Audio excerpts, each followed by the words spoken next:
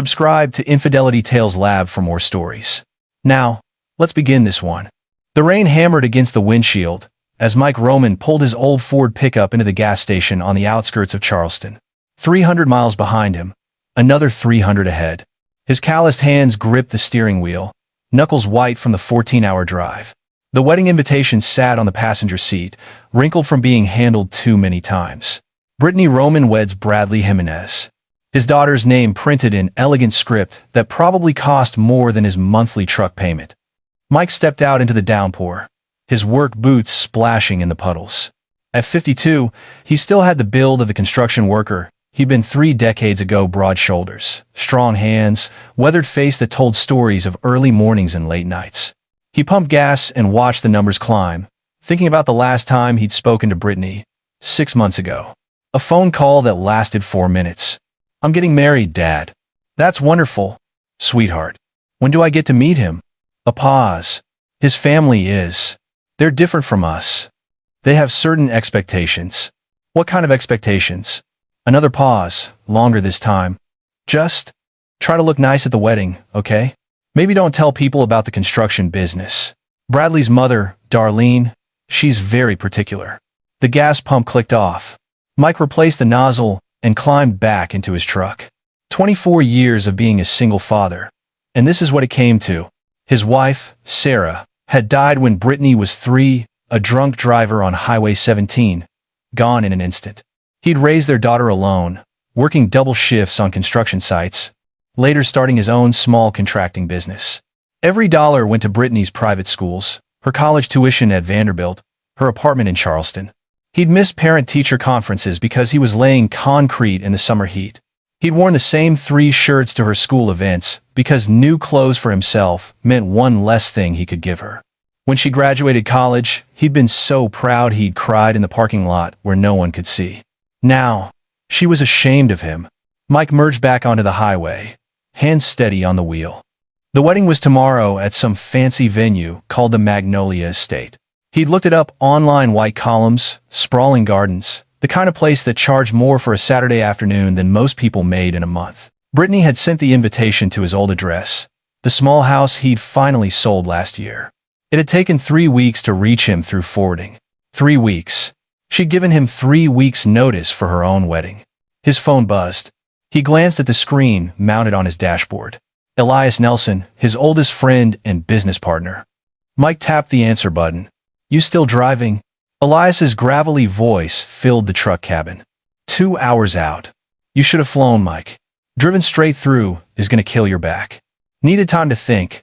Mike shifted in his seat, feeling the familiar ache in his lower spine from old injuries and long days.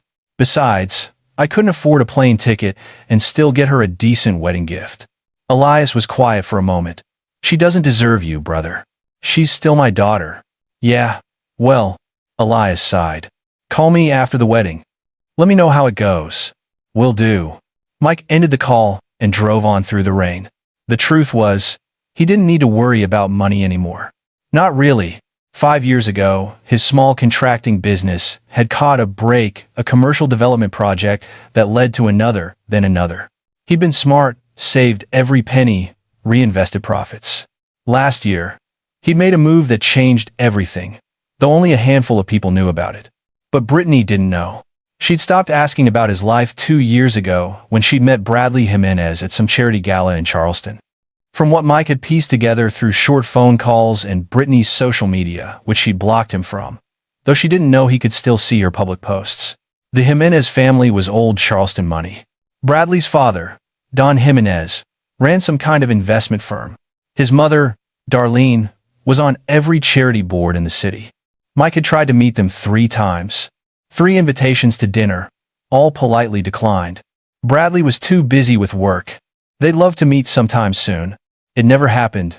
The rain eased as he crossed into South Carolina. By the time he reached Charleston city limits, stars were breaking through the clouds. Mike didn't head to a hotel. Instead, he drove to a 24-hour diner on Meeting Street, ordered coffee and eggs, and sat in a corner booth going over everything one more time. Tomorrow, he'd see his daughter get married. Tomorrow, he'd smile and shake hands and pretend it didn't hurt that she'd rather he didn't exist. Tomorrow, he'd be the father she was ashamed of. But tomorrow was going to be very interesting. The Magnolia Estate sat on 40 acres of perfectly manicured grounds, white columns gleaming in the morning sun. Mike pulled up at 9 a.m., 5 hours before the ceremony. His truck looked out of place among the Mercedes and BMWs already lining the circular drive. He put on his best clothes khaki pants, a button-down shirt he'd bought new for the occasion, brown leather shoes that pinched his feet. A young man in a black suit stepped forward. As Mike climbed out of his truck, valet parking. Of course there was valet parking. I'll park it myself, Mike said, waving him off. He pulled around to a visitor lot on the side of the estate and walked back toward the entrance. The main building was antebellum architecture at its finest or most ostentatious, depending on how you looked at it. Wide stairs led up to double doors flanked by columns. Gardens sprawled in every direction, with a massive white tent visible in the distance where the reception would be held. Mike climbed the stairs and pushed through the doors into a marble-floored foyer. Crystal chandeliers hung from a ceiling 2 stories high. To his left, he could hear voices. Brittany's voice, high and excited, mixed with others he didn't recognize. He followed the sound down a hallway and found a room where half a dozen women were gathered. Brittany stood in the center, wearing a white robe, her dark hair already pinned up with small white flowers woven through it. She'd gotten that hair from her mother. Sarah's hair. Brittany, Mike said from the doorway. His daughter turned, and for just a second, less than a second, something flickered across her face. Surprise? Happiness? It was gone before he could name it, replaced by a tight smile that didn't reach her eyes. Dad. You made it. She didn't move toward him.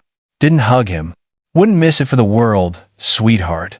Mike stepped into the room, suddenly aware of the other women watching. One of them tall, blonde, wearing a cream-colored dress that probably cost more than his truck, looked him up and down with barely concealed distaste. Brittany, darling, is this your father? The woman's tone suggested she already knew the answer and wasn't pleased about it. Yes. Brittany's smile got tighter. Dad, this is Darlene Jimenez, Bradley's mother. Mike extended his hand. Mrs. Jimenez. Pleasure to finally meet you. Darlene looked at his hand like it might be diseased, then gave it the briefest possible shake with just her fingertips. Mr. Roman. How nice of you to come. The temperature in the room dropped about 20 degrees. I'm Brittany's father, Mike said mildly. I tend to show up for important events. One of the other women, younger, maybe Brittany's age, stifled what might have been a laugh. Darlene's expression went frosty. Yes, well, Darlene turned back to Brittany. We have so much to do before the ceremony. Janelle, the wedding planner, needs to go over final details. And Bradley's grandmother will want to meet you again before the photos. It was a dismissal. Mike recognized it for what it was. Dad, maybe you could... Brittany started. I'll get out of your way, Mike said. Just wanted to see you before things got busy. You look beautiful, sweetheart. For a moment, Brittany's expression softened. Thanks, Dad. He left the room and walked back toward the foyer, his jaw clenched. In the hallway, he passed a younger man, tall, good-looking in that polished way that came from expensive haircuts and never having worked a physical job in his life. He wore a tuxedo even though the ceremony was hours away. Excuse me, the man said, not particularly politely. Then he stopped, looked Mike up and down. Are you with the catering staff? Mike turned slowly. No. Oh. The man frowned. You look like anyway. The staff entrance is around back. Main areas are for guests only until after the ceremony. I'm a guest, Mike said, his voice level despite the anger building in his chest. I'm the bride's father. The man's eyebrows rose. You're Brittany's dad? He said it like he was surprised someone like Mike could have produced someone like Brittany. I'm Bradley, the groom. Mike extended his hand. Mike Roman. Bradley's handshake was limp, perfunctory. Yeah, Brittany mentioned you might show up. Might. Like his attendance was optional. Uncertain. Listen, my mother's been pretty clear about how today needs to go. We've got a lot of important people coming, my father's business associates, my mother's friends from various boards. The optics matter, you know? The optics, Mike repeated flatly. Right? Bradley shifted, uncomfortable. So, maybe during the cocktail hour, you could kind of keep to yourself? My grandmother, she's very traditional. Might not understand the whole. He gestured vaguely at Mike's clothes, his truck visible through a window, his entire existence. Thing. Mike stared at his future son-in-law for a long moment. Bradley couldn't hold eye contact, looking away after just a few seconds. I'll see you at the ceremony, Mike said and walked away before he said something he'd regret. He spent the next few hours walking the grounds, staying out of everyone's way. The Magnolia estate was busier, now, florists carrying arrangements, caterers unloading trucks, musicians setting up instruments. Mike watched from a distance, hands in his pockets. At one point, a woman in her 30s with dark hair pulled back in a bun approached him.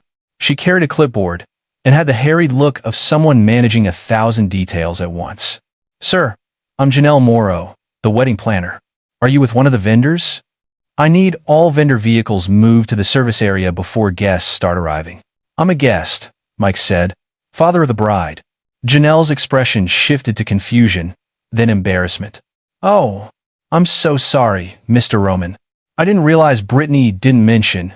She fumbled with her clipboard. Is there anything you need? Any questions about the schedule? When do I walk her down the aisle? Mike asked, realizing he didn't actually know. Janelle flipped through papers.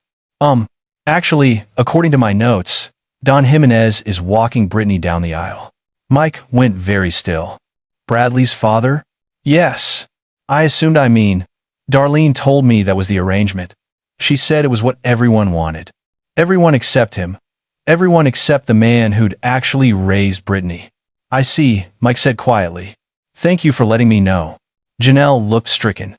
Mr. Roman, if there's been a mistake. No mistake, Mike interrupted. Just a clarification. Excuse me. He walked away before Janelle could see his hands shaking. Not from fear or sadness. From pure, cold rage that he was working very hard to contain. Mike found a quiet spot behind the main building and pulled out his phone. He made a call to a number he'd added to his contacts 6 months ago but never dialed. Larson Legal Group. This is Saul Larson speaking. Saul, it's Mike Roman. Remember me? Of course, Mr. Roman. What can I do for you? I need you to make some calls. Today. Right now. Mike's voice was steady, calm, dangerous. It's time everyone learned exactly who they're dealing with. Understood, Saul said. Should I prepare the documentation we discussed? All of it. And Saul? Make sure it's ready by cocktail hour. I want everything in place before the reception. Mike ended the call and stood there for a moment, looking up at the Magnolia estate. His estate? He'd bought it 18 months ago through a shell company, turned it into one of Charleston's premier wedding venues. The business was profitable, exclusive, and his daughter had no idea he owned it. Just like she had no idea about a lot of things. The ceremony started at 2 p.m. Mike sat in the back row, watching 300 guests fill the white chairs set up in the garden. The Jimenez family had the entire front section. Don Jimenez looking smug in an expensive tuxedo, Darlene holding court like a queen, Bradley's grandmother, a severe woman in her 80s, sitting ramrod straight with a disapproving expression that seemed permanently etched on her face. Music started. Bridesmaids walked down the aisle in lavender dresses. Groomsmen followed. Then Brittany appeared, and despite everything, Mike's breath caught. She was stunning. The dress was elegant, simple, perfect. She looked so much like Sarah had hurt. And walking beside her, arm in arm, was Don Jimenez. Mike watched his daughter get escorted down the aisle by another man. Watched Don Jimenez pat her hand proprietarily. Watched Brittany smile up at him like he was doing her a favor. Not once did she look back at Mike sitting in the last row. The ceremony was traditional, expensive, exactly what you'd expect from Charleston society. The officiant spoke about love and commitment and building a future together. Bradley and Brittany exchanged vows they'd clearly written themselves, full of poetic language about soulmates and destiny and forever. Mike didn't hear most of it. He was too busy watching the Jimenez family in the front row, watching how they owned this moment, this day, his daughter. He was too busy remembering every sacrifice he'd made, every choice he'd given up so Brittany could have more. When the officiant pronounced them husband and wife, guests erupted in applause. Mike clapped mechanically, his face showing nothing. The receiving line formed outside the ceremony area. Mike waited his turn, watching Bradley and Brittany greet guests. watching Darlene hover possessively, watching Don Jimenez shake hands with important-looking people. When Mike finally reached the front of the line, Brittany's smile faltered. "Dad," she said, "I'm glad you could make it." "Wouldn't have missed it," Mike said. He pulled her into a hug despite the stiffness in her shoulders. "Your mother would have been so proud." Brittany's eyes got shiny. "Don't, not now, Dad. Please." Mike released her and turned to Bradley, who was already looking past him to the next guest. "Congratulations." "Thanks, man." Bradley's handshake was still limp. "Enjoy the reception." Darlene didn't even pretend to acknowledge Mike. He moved on. Cocktail hour was in the main building's ballroom, crystal glasses, champagne fountains, past hors d'oeuvres that were more art than food. Mike stood near a wall, holding a glass of water, watching the Jimenez family work the room. They knew everyone. They belonged here. He didn't. That was the message. That was what they wanted him to understand. A man in a black suit and tie, built like a linebacker, with the cold eyes of someone who'd seen trouble, approached Mike. "Sir, I'm going to have to ask you to move to the outdoor area. This section is reserved for VIP guests only." Mike looked at him. Hector Benjamin, according to the name tag on his suit. Security. Of course, they'd hired security. "I'm the father of the bride," Mike said. Hector's expression didn't change. "Sir, I have my orders. This area is restricted." "Orders from who?" "The Jimenez family. Now, you can move voluntarily, or I can escort you out." Mike set down his water glass. "You're going to escort me out of my daughter's wedding reception?" "If necessary." Hector moved closer, hand near his belt where Mike could see he carried both a radio and, more concerningly, what looked like pepper spray. "The back areas are perfectly nice, sir. Plenty of food and drink. You'll be more comfortable there." Mike could see other guests starting to notice the confrontation. Some were whispering, pointing. Across the room, Darlene Jimenez watched with barely concealed satisfaction. "Fine," Mike said. "I'll go." He let Hector walk him through the ballroom and toward a side door that led outside. They passed the main entrance just as more guests were arriving. A couple in their 60s, the woman dripping in diamonds. The man wearing a Rolex that probably cost more than Mike's truck paused to watch Mike being escorted out. "Beggars use the back door," the woman said loudly to her husband, not even bothering to lower her voice. "I don't know why they let people like that in the front entrance at all." Several guests laughed. Mike heard it, saw the amusement on their faces. Hector kept walking, hand on Mike's arm now, guiding him out like he was removing trash. They stepped outside into the early evening air. The reception tent was visible in the distance, white fabric glowing from string lights. Music already starting. Hector pointed toward a smaller structure near the service area. "Staff and secondary guests can use that pavilion. There's food, drinks, everything you need. Just stay out of the main areas." Mike looked at the man for a long moment. "What if I refuse?" "Then I remove you from the property entirely." "Your choice, sir." Before Mike could respond, he heard laughter from behind them. Turning, he saw Brittany standing in the doorway with two of her bridesmaids. She'd seen the whole thing. She'd watched him get escorted out like an unwanted guest. And she was laughing. Not in a mean way, exactly. More embarrassed, uncomfortable laughter. But she didn't defend him. Didn't tell Hector there'd been a mistake. She just watched her father get humiliated and laughed with her friends. "Dad," she called out, her voice carrying. Maybe it's better if the Jimenez family has a lot of important guests tonight. You understand, right?" Mike stood there, something cold and final settling in his chest. This was it. This was the moment when he stopped being her father and became an embarrassment to be managed. "Yeah," he said softly. "I understand perfectly." He pulled his arm free from Hector's grip and walked back toward the parking lot. Not to the staff pavilion. Not to hide in the shadows of his daughter's wedding. He was done with that. Mike reached his truck and sat in the driver's seat. Door open, feet on the gravel. He pulled out his phone and made another call. "Saul, it's time. Implement everything we discussed. Now." "All of it?" Saul sounded hesitant. "Mr. Roman, are you sure? Some of these measures are." "I'm sure." "Do it." Mike ended the call. Then he made 3 more calls, each one short, precise, setting things in motion that couldn't be stopped once they started. When he was done, Mike sat in his truck and looked at the Magnolia estate, lights beginning to glow in the gathering dusk. Music and laughter floated across the grounds. His daughter was in there, celebrating with people who thought they were better than him. They had no idea what was coming. Mike Roman hadn't built a business empire by being soft or stupid. He'd built it by being patient, strategic, and absolutely ruthless when necessary. He'd given Brittany every chance to remember who'd raised her, who'd sacrificed for her, who'd loved her when she was just a kid missing her mom and clinging to her dad's work-rough hands. She'd made her choice. Now he'd make his. Mike grabbed his truck keys and headed back toward the estate, not to the staff pavilion, not to lurk in the background. He walked straight to the main reception tent where 200 guests were already seated at round tables covered in white linen, centerpieces that cost more than most people's monthly rent. Hector saw him immediately and started moving through the crowd. Mike ignored him, walking toward the head table where Brittany and Bradley sat with their wedding party, and both sets of parents, or rather, with Don and Darlene Jimenez looking proud and possessive on either side of the couple. "Sir," Hector called out. "Stop right there." Guests turned. Conversation died down.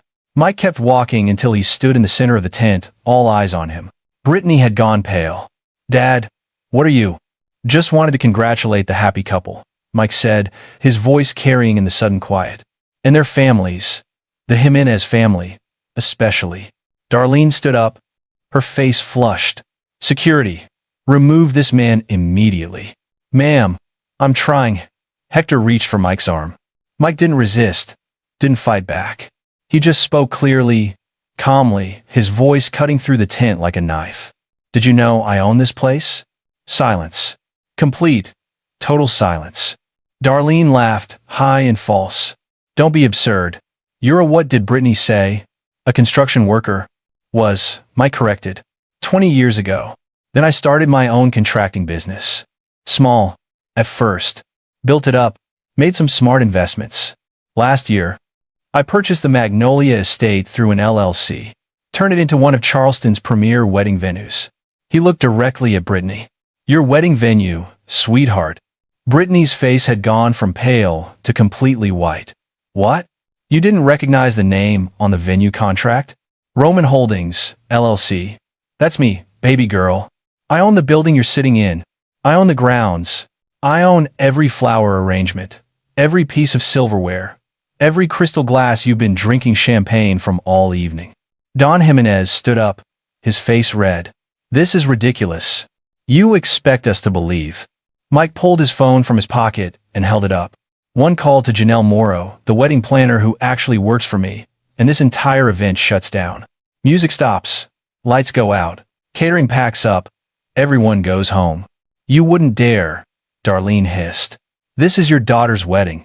"My daughter who just laughed while security threw me out like garbage," Mike said, his voice still eerily calm. "My daughter who let someone else walk her down the aisle. My daughter who's ashamed to even admit I exist." Brittany was crying now, mascara running down her cheeks. "Dad, I didn't mean..." "Yeah, you did." Mike looked at her for a long moment, and 24 years of memories played through his mind, teaching her to ride a bike. Staying up all night when she had the flu.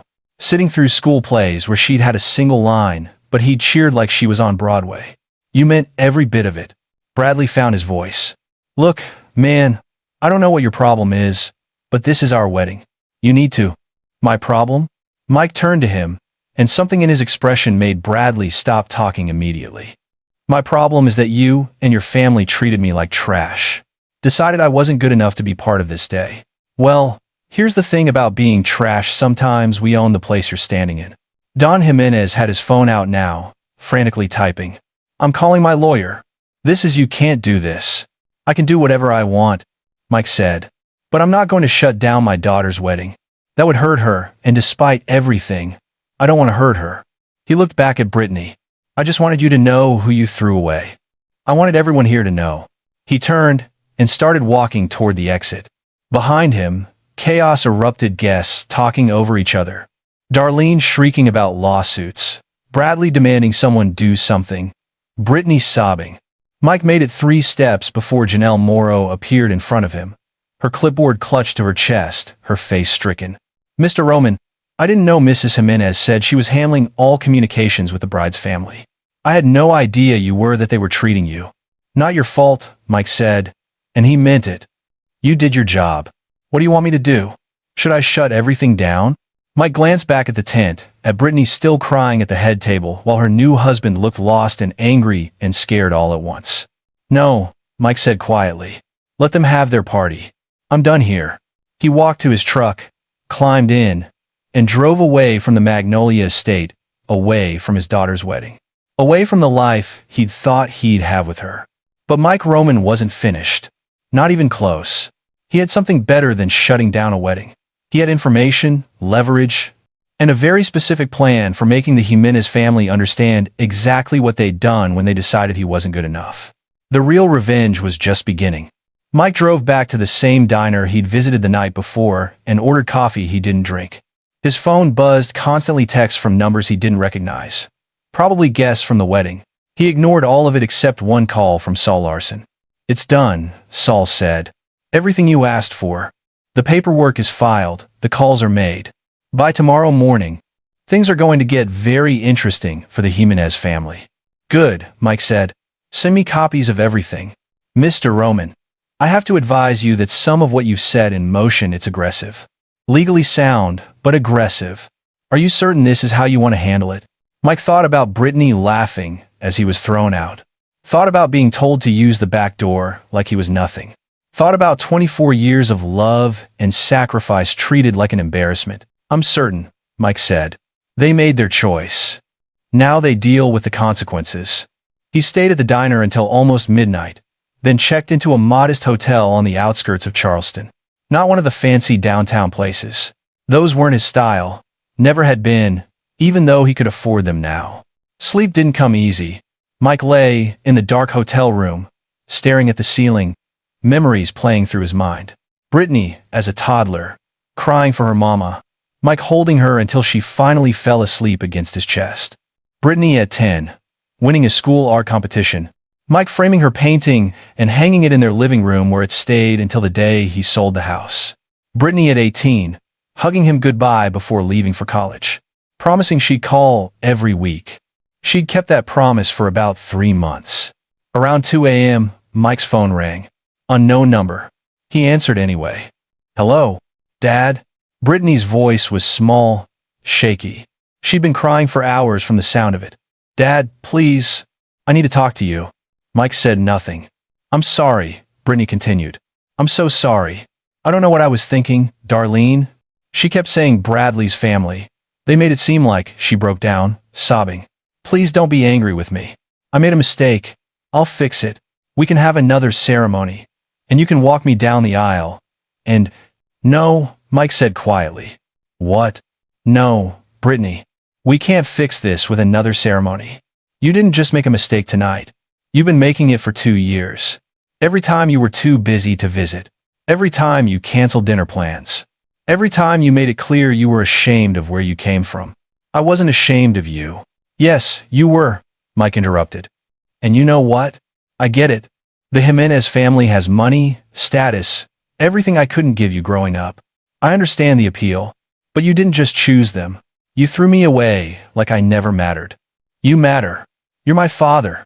Then why did Don Jimenez walk you down the aisle? Silence. Long, terrible silence. Darlene said, Mike repeated. Not you. Darlene. You let that woman make decisions about your wedding, about your family, about your father. You gave her that power. I'm 26 years old, Brittany said, her voice rising. I'm allowed to make my own choices. You're absolutely right. And I'm 52, and I'm allowed to make mine. You made your choice tonight, Brittany. You chose the Jimenez family over me. So, here's my choice. I'm done. Done? What does that mean? It means I'm not going to keep being the embarrassment you have to manage. I'm not going to keep waiting for you to remember who raised you. I'm done being your father in name only. You don't mean that.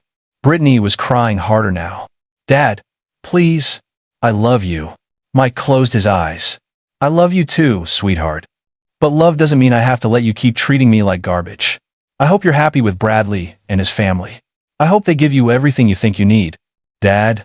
Mike ended the call and turned off his phone. He didn't sleep the rest of the night. By Monday morning, Mike was back in his own home, a modest ranch house 2 hours north of Charleston. Nothing fancy but comfortable, paid off 5 years ago.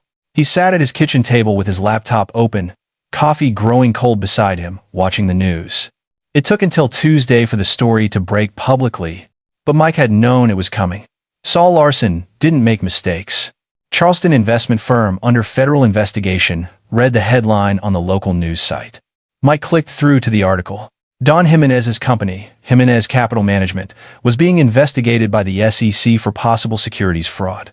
Anonymous tips had led investigators to irregularities in several client accounts, suspicious transactions, falsified documents. Mike knew about those irregularities because he discovered them 6 months ago during his own due diligence. When he'd learned Brittany was marrying into the Jimenez family, he'd done what any protective father would do: background checks, financial reviews, digging into exactly who his daughter was joining herself to. What he'd found was a company built on smoke and mirrors. Don Jimenez had been cooking his books for years, stealing from client accounts to maintain the lifestyle his family had become accustomed to. The fancy house, the expensive cars, Darlene's charity boards, and social climbing, all funded by other people's money. Mike hadn't planned to use that information. He'd thought about warning Brittany, but every time he tried to bring it up, she'd cut him off, too busy to talk about business stuff. So he'd kept the information to himself, insurance against the day he hoped would never come. But that day had come, and when it did, Mike had made one phone call to the SEC's fraud hotline, providing them with documentation he'd carefully compiled. Anonymous, untraceable, devastating. His phone turned back on that morning, started ringing. Elias Nelson. "You see the news?" Elias asked. "I see it. That's the family Brittany married into? Man, those people are about to lose everything." "Seems that way," Mike said neutrally. Elias was quiet for a moment. "Mike, tell me you didn't." "I provided information to federal investigators about potential crimes. That's all I did. What they choose to do with that information is their business." "Jesus," Elias breathed. "You don't do things halfway, do you?" "They disrespected my daughter's father," Mike said. "They need to understand consequences." Over the next week, the situation deteriorated rapidly for the Jimenez family. Federal agents raided Don's office. His assets were frozen pending investigation. Clients started filing lawsuits. The family's perfect facade cracked wide open, and the Charleston society that had embraced them turned vicious. Darlene Jimenez was removed from 3 charity boards. Their country club membership was temporarily suspended. Friends stopped returning calls. And Bradley? Bradley lost his job at his father's company when the investigation shut down all operations. Suddenly, the wealthy investment banker Brittany had married was unemployed, living in an apartment his father couldn't pay for anymore, driving a car that was about to be repossessed.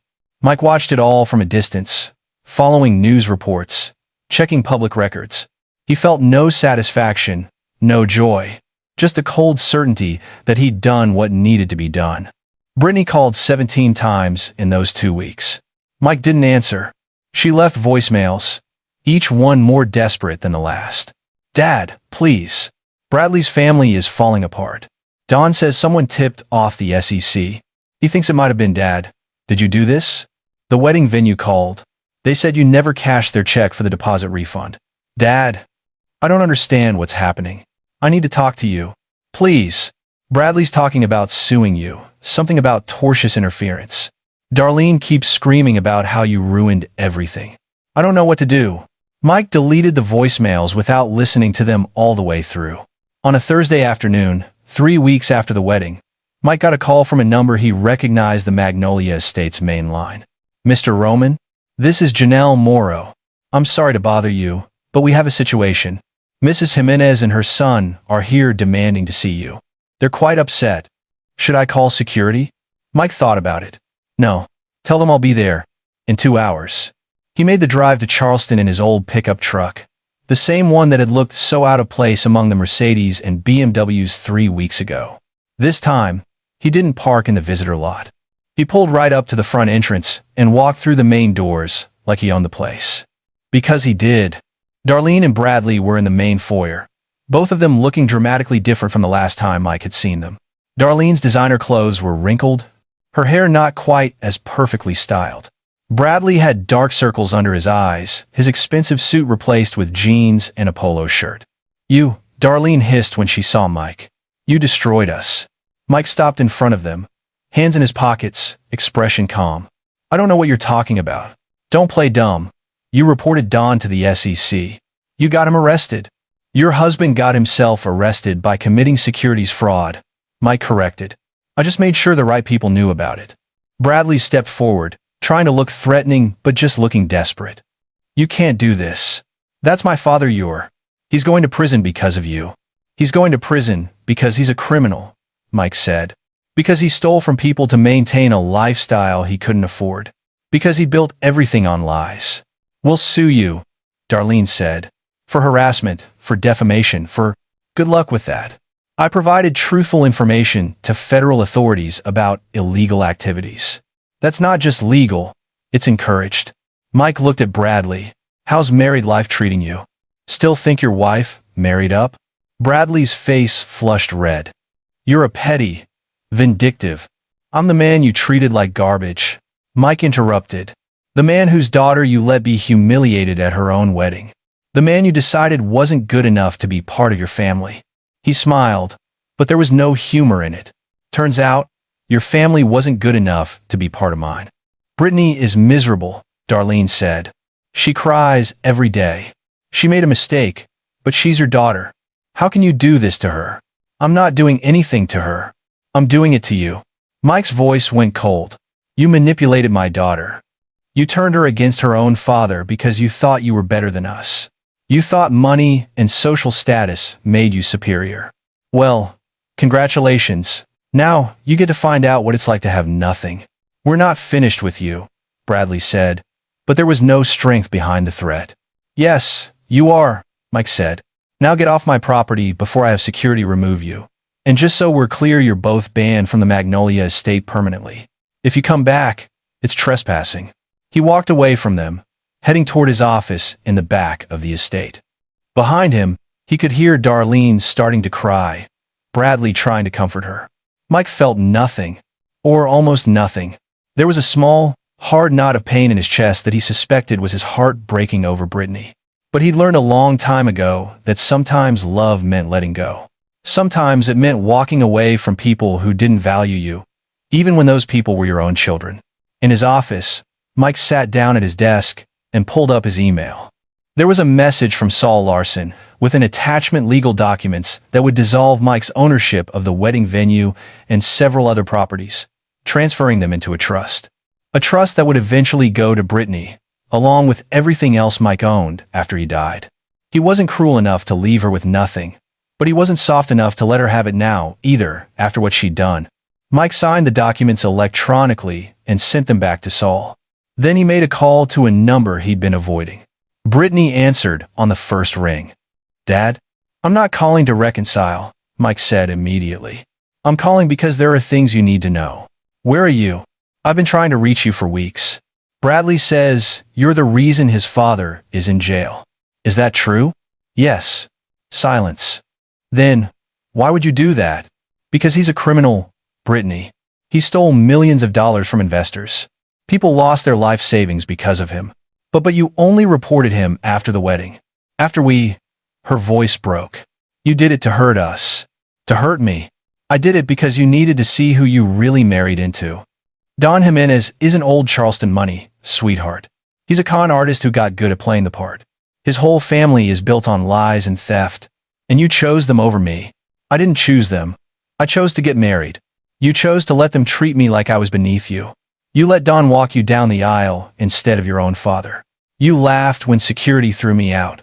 Mike's voice stayed level, but emotion bled through anyway. "You made a choice, and now you're living with it." Brittany was crying. "I'm sorry. I've said I'm sorry 100 times. What more do you want?" "I don't want anything," Mike said. "I'm calling because despite everything, I'm still your father. And there are things you should know. Don Jimenez is going to prison. Darlene is going to lose the house, the cars, everything. Bradley is unemployed and probably not going to find work in finance again, not with his father's reputation. You married into a disaster. I know that now," Brittany said bitterly. "Everyone knows. My friends won't talk to me. People I thought cared about me just disappeared. It's like we don't exist anymore. Welcome to my world, Mike said. That's what I've been for the last 2 years, someone who doesn't exist to you unless you need something. That's not fair, isn't it? Mike stood up and walked to the window of his office, looking out at the Magnolia Estate grounds. When's the last time you asked how I was doing? When's the last time you visited just because you wanted to see me? When's the last time you remembered that I'm the one who raised you after your mother died? More crying. Mike let it go on for a while, then continued. I've set up a trust for you. Everything I own goes into it when I die. The estate, my properties, my investments. It's all yours, eventually. But not now. Not while you're married to Bradley, and not while you're still under the influence of his family. I don't care about your money, Brittany said. I just want my dad back. Then you should have thought about that before you let them humiliate me at your wedding, Mike said. I'm done being the father you're ashamed of. When you're ready to be the daughter I raised, the one who valued family over status, then maybe we can talk. Until then, this is goodbye. Dad, please. Mike ended the call. He sat in his office for a long time after that. The late afternoon sun slanting through the windows, dust motes dancing in the light. He thought about Sarah, about what she would say if she could see their daughter now. He thought about all the decisions that had led to this moment. And he thought about what came next. 6 months passed. Mike threw himself into work, expanding his business empire, buying 2 more properties, investing in a construction technology startup that showed promise. He stayed busy enough that he didn't have time to think about the daughter-shaped hole in his life. Elias Nelson stopped by one Saturday morning with coffee and donuts from the place they used to go after finishing job sites 20 years ago. You look like hell, Elias said, setting the coffee in front of Mike. Thanks, Mike said dryly. When's the last time you slept? I sleep. Actual sleep. Not passing out at your desk. Elias sat down across from Mike. You can't do this forever, man. You can't work yourself to death to avoid dealing with your feelings. Watch me. Mike. Elias's voice went serious. I know what she did hurt you. I know the Jimenez family deserved what they got. But at some point, you have to decide, are you going to let this destroy you? Or are you going to find a way to move forward? I am moving forward. No, you're running. There's a difference. Elias pulled out his phone and showed Mike a photo. You know what this is? Mike looked at the screen. It was a picture of a young woman mid-20s, dark hair, familiar eyes that made his chest ache. Where did you get that? Ran into Brittany at the grocery store last week. She looks different, older, tired. Asked about you. Elias put his phone away. She's working now. Some office job, nothing fancy. Bradley's working too. Construction, actually. They're living in a tiny apartment on the east side. Good for them, Mike said flatly. She asked me to give you a message. Said she knows you won't answer her calls, but she wanted you to know she left Bradley's family. Cut them off completely after Darlene tried to get her to divorce Bradley and find someone with money. Said it helped her see what you'd been trying to tell her all along. Mike said nothing. She also said she's sorry. Not the way she said it before. Like she was trying to fix things so everything could go back to normal. Really sorry. Like she finally understands what she did to you. Elias paused. She asked if there was any chance you'd ever forgive her. What did you tell her? That I didn't know. That only you could answer that. Elias studied Mike's face. So what's the answer, brother? Can you forgive her? Mike stared at his coffee, watching steam rise in lazy spirals. I don't know. That's honest at least. Elias stood up. I'm not telling you what to do. Just think about it. Life's too short to spend it angry at the people you love, even when they hurt you. After Elias left, Mike sat alone in his kitchen, turning over everything his friend had said. Part of him wanted to stay angry, to hold on to the hurt and betrayal. That part said Brittany had made her choices and needed to live with them.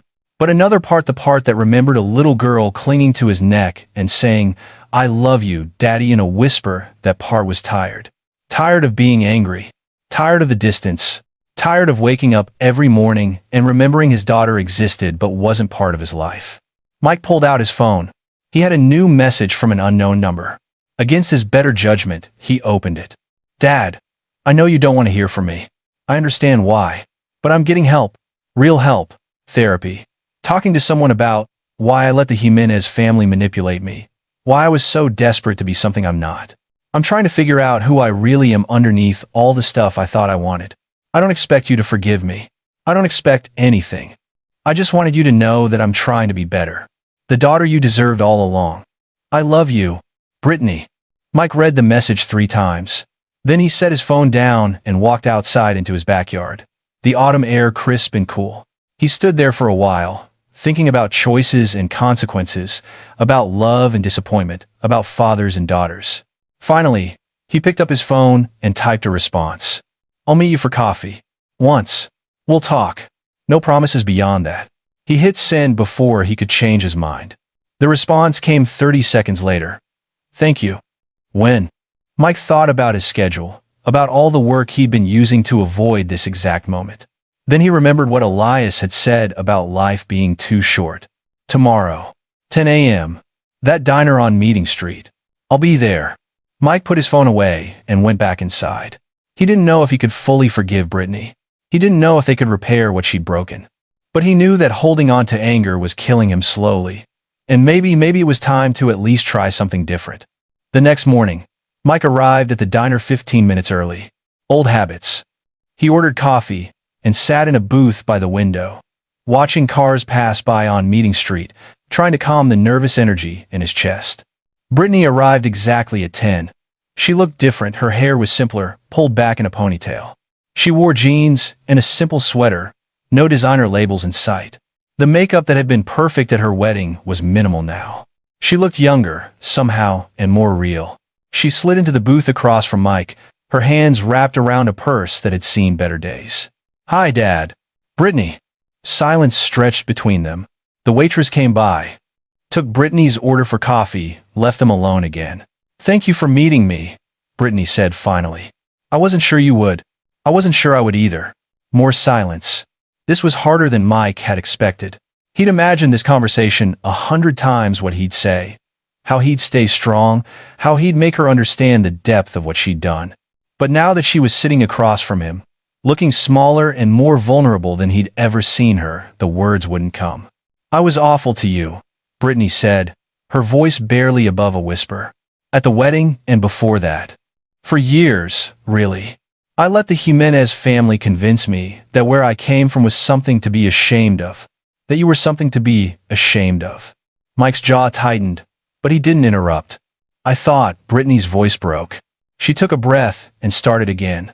I thought if I could just be perfect enough, fit into their world well enough, I'd finally feel like I belonged somewhere. Like I wasn't just the girl whose mom died and whose dad worked construction. Your mother's death wasn't your shame to carry, Mike said quietly. And my work was never something to be ashamed of. I know that now. I didn't know it then. Or maybe I did know it, but I didn't want to face it.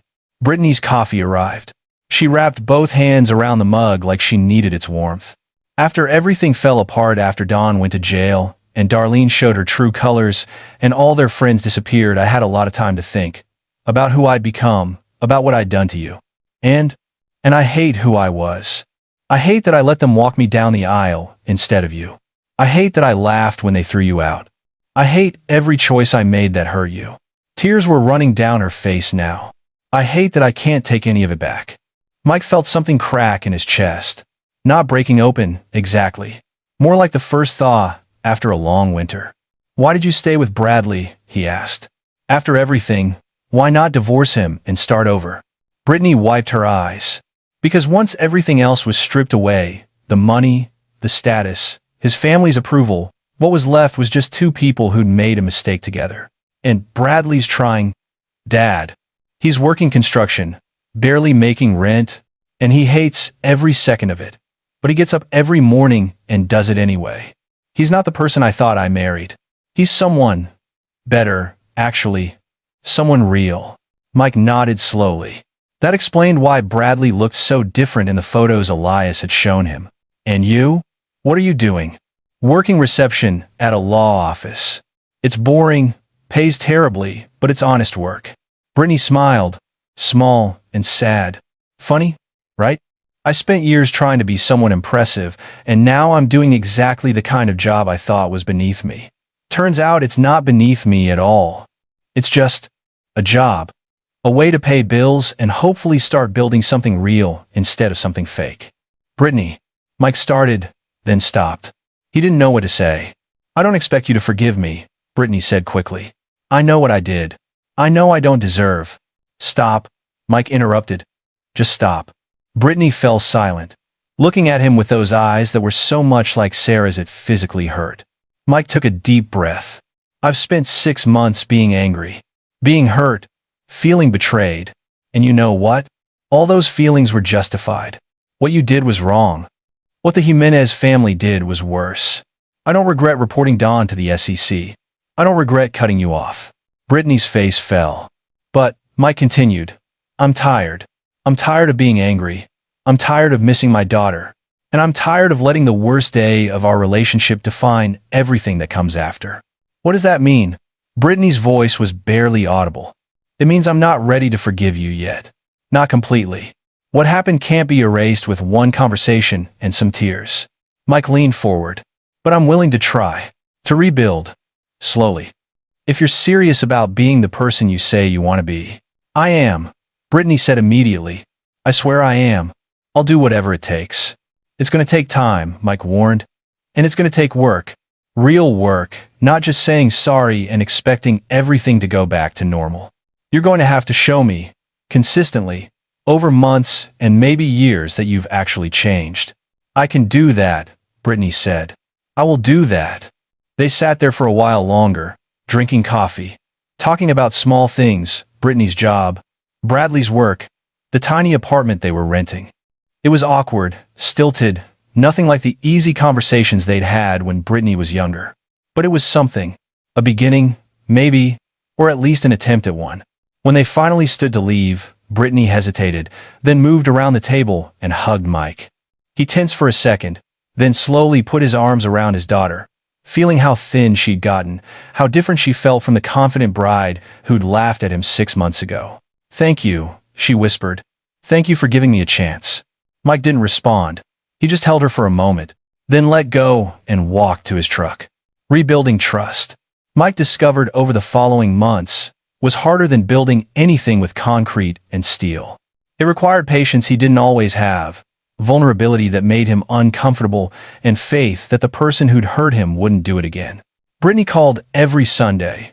Not texts, actual phone calls where they talked for 20 or 30 minutes about nothing important. She told him about her week, her frustrations at work, funny things that happened in her apartment building. Mike told her about his projects, property investments, the construction startup that was actually showing promise. Sometimes Bradley was on the calls too. He was quieter, clearly uncomfortable, but he tried. He asked Mike for advice about construction work, listened when Mike explained techniques for reading blueprints or managing subcontractors. He was humbled in a way the arrogant young man from the wedding had never been. 3 months after that first coffee meeting, Brittany invited Mike to dinner at their apartment. He almost declined, but something in her voice, hopeful but not pushy, understanding that he might say no, made him agree. The apartment was tiny, definitely a come down from the upscale place Brittany and Bradley had probably imagined they'd be living in. But it was clean, decorated with inexpensive but tasteful furniture, and when Mike walked in, he saw something that made him stop in his tracks. Hanging on the wall was the painting Brittany had won the school competition with when she was 10, the one Mike had framed and kept in his living room for years. He packed it up when he sold his old house, stored it with other keepsakes he couldn't bring himself to throw away. I asked Elias where you'd put your storage unit, Brittany said softly, coming to stand beside him. I hope you don't mind that I took it. I needed something to remind me of who I really am, of where I come from. Mike couldn't speak for a moment. He just stared at that painting, a child's interpretation of a house.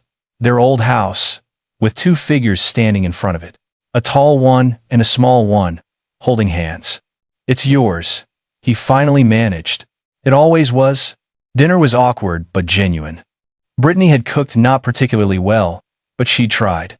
Bradley talked nervously about his construction crew, clearly trying to find common ground with Mike. They ate pasta that was slightly overcooked and salad from a bag, and it was one of the most uncomfortable meals Mike had had in years. But it was real. There were no pretensions, no social climbing, no one trying to be someone they weren't. Just 3 people eating dinner and trying to figure out how to be a family. As Mike was leaving, Bradley stopped him at the door. Mr. Roman, I owe you an apology. A real one. Bradley's voice was steady, serious. I was an entitled asshole at the wedding. My whole family was. We treated you like you were beneath us, and that was wrong. Inexcusable. Really. I'm sorry. Mike studied his son-in-law.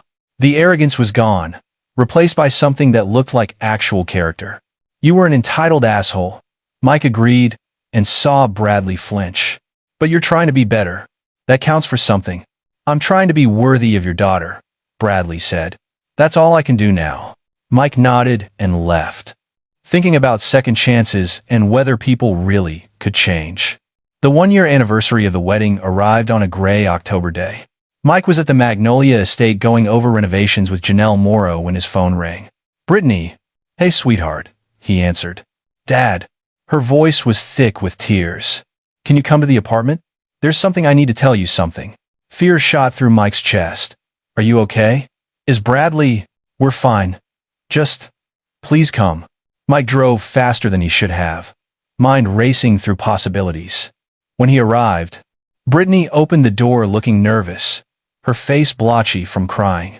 Bradley stood behind her, one hand on her shoulder, looking equally emotional. What happened? Mike asked, stepping inside. Nothing bad, Brittany said quickly. It's just we wanted you to be the first to know. She held up a small white stick. It took Mike a second to process what he was looking at. A pregnancy test. You're pregnant, Brittany finished. 8 weeks. We just found out this morning. Mike sat down heavily on their couch. A grandchild. His daughter was going to have a baby. Sarah's grandchild. Say something, Brittany said nervously. Please. Mike looked up at his daughter, at Bradley standing protectively behind her, at the tiny apartment where they were building a life that was small but real. He thought about the year that had passed, about the slow, painful process of rebuilding trust, about all the Sunday phone calls and awkward dinners and genuine efforts to be better. I'm going to be a grandfather, he said, and started to cry. It was the first time he'd cried in front of Brittany since Sarah's funeral 23 years ago. He didn't hide it, didn't try to stop the tears. He just let them come, feeling something inside him that had been frozen for a year start to thaw completely. Brittany dropped to her knees in front of him, grabbing his hands. Dad, I'm so sorry. For everything. For the wedding, for all those years before it. For every time I made you feel like you weren't enough. You were always enough. You were everything. I'm so sorry I forgot that. Mike pulled her into a hug, holding his daughter while they both cried. Bradley stood awkwardly to the side, clearly unsure if he should join or give them space. Get over here, Mike said gruffly, and Bradley sat down next to them, and somehow they ended up in a three-way hug that was uncomfortable and emotional and exactly what they all needed. When they finally pulled apart, Mike wiped his eyes and cleared his throat. Have you told Bradley's parents? Brittany and Bradley exchanged a look. No, Brittany said. And we're not going to. Not yet, anyway. Maybe not ever. Darlene has called a few times, trying to get us to. She shook her head. It doesn't matter. You're our family. You're going to be this baby's grandfather. That's what matters. Your baby should know all their grandparents, Mike said, even though the words tasted bitter. Even the problematic ones. Dawn's in federal prison for another 8 years, Bradley said flatly. And my mother has made it very clear that unless we divorce and I find someone suitable, she wants nothing to do with us. So, no, this baby won't know all their grandparents, but they'll know the one who matters. Mike nodded slowly. He wouldn't wish the loss of grandparents on any child, but he also understood the boundaries Brittany and Bradley were setting. They were protecting their family, their child, from the toxicity that had almost destroyed them all. I'm going to spoil this kid rotten, Mike said. Fair warning. Brittany laughed, the sound lighter than he'd heard in years. You'd better. That's a grandfather's job. They spent the rest of the afternoon talking about the pregnancy, making plans, discussing names. Mike stayed for dinner again, this time pizza from the place down the street because Brittany was too tired to cook. It was comfortable in a way that would have been impossible a year ago. As Mike was leaving, Brittany walked him to his truck. Dad, she said quietly, I know I hurt you. I know it's going to take a long time to fully repair what I broke. But I want you to know, I'm grateful you didn't give up on me completely. That you left the door open for me to become better. You're my daughter. Mike said simply. I'll always leave the door open. But Brittany, don't ever ask me to walk through a door where I'm not respected. I did that once. I won't do it again. Never, Brittany promised. I swear. Mike drove home, feeling lighter than he had in months. The anger was gone, mostly. The hurt was still there. Probably always would be, but it didn't control him anymore. His daughter was trying, genuinely trying, to be the person he'd raised her to be. That was enough. 5 months later, on a cold March evening, Mike got the call. Brittany was in labor. He drove to the hospital with his hands shaking slightly on the wheel, thinking about Sarah, about the day Brittany was born, about how terrified he'd been holding that tiny baby for the first time. The delivery took 14 hours. Mike sat in the waiting room with Elias, who'd insisted on coming for moral support, drinking bad coffee, and trying not to pace.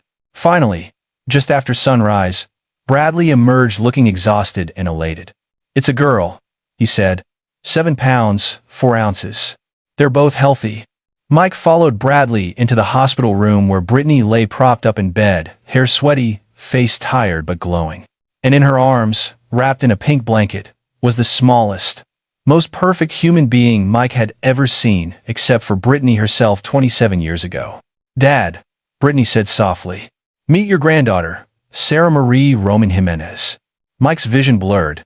Sarah. They'd named her Sarah. Can I? His voice broke. Of course. Brittany carefully transferred the baby into Mike's arms. Mike looked down at his granddaughter, tiny fist curled against her cheek, miniature nose, closed eyes that would probably open in a few minutes or hours or days. He felt 27 years collapse into this single moment.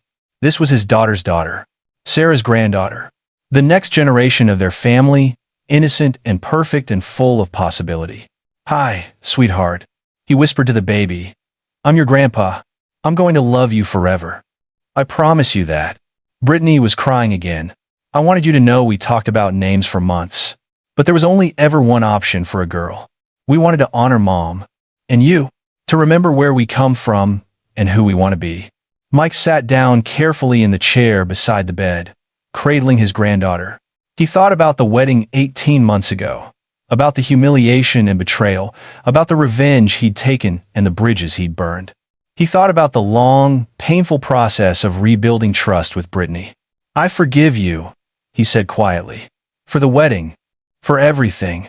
I forgive you, Brittany. His daughter's face crumpled. Really? Really? Mike looked at her, at Bradley standing protectively beside the bed, at the tiny baby in his arms. You've shown me who you are. Not who you were at the wedding or in the years before it. Who you actually are, underneath all the noise. And that person, the one who works a boring job and lives in a tiny apartment and named her daughter after the grandmother she never met, that person is someone I'm proud of. Thank you, Brittany whispered. Thank you for not giving up on me. I'm your father, Mike said. That's not something I know how to do. He stayed at the hospital all day, holding baby Sarah, talking quietly with Brittany and Bradley, feeling the last of his anger dissolve into something warmer. When he finally left that evening, he stopped in the hospital parking lot and looked up at the stars beginning to appear in the twilight sky.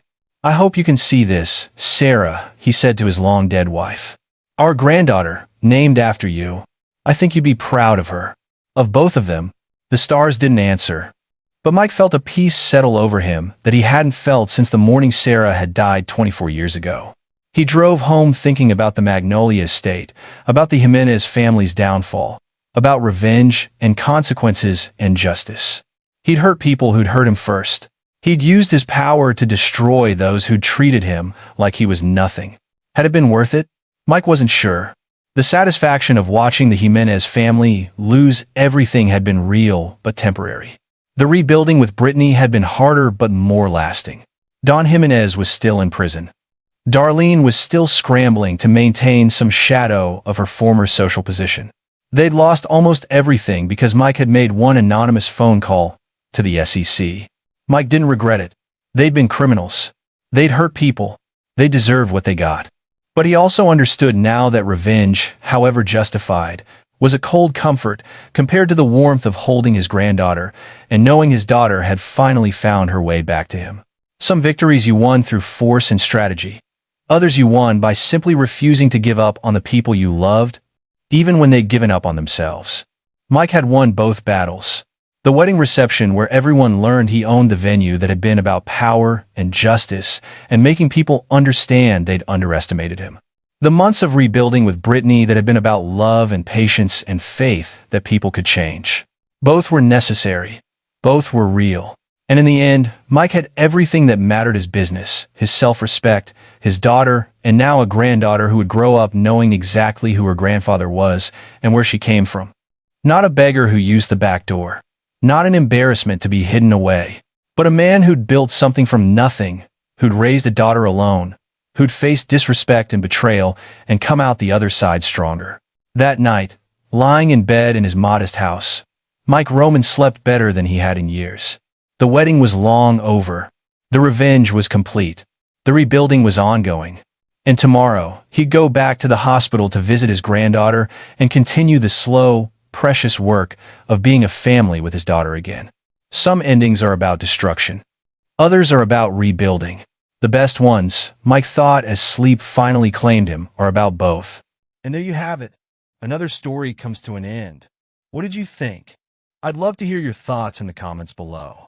If you enjoy this story, consider joining our community by subscribing. It means the world to us. For more stories like this one, check out the recommended videos on screen. And I'll see you there.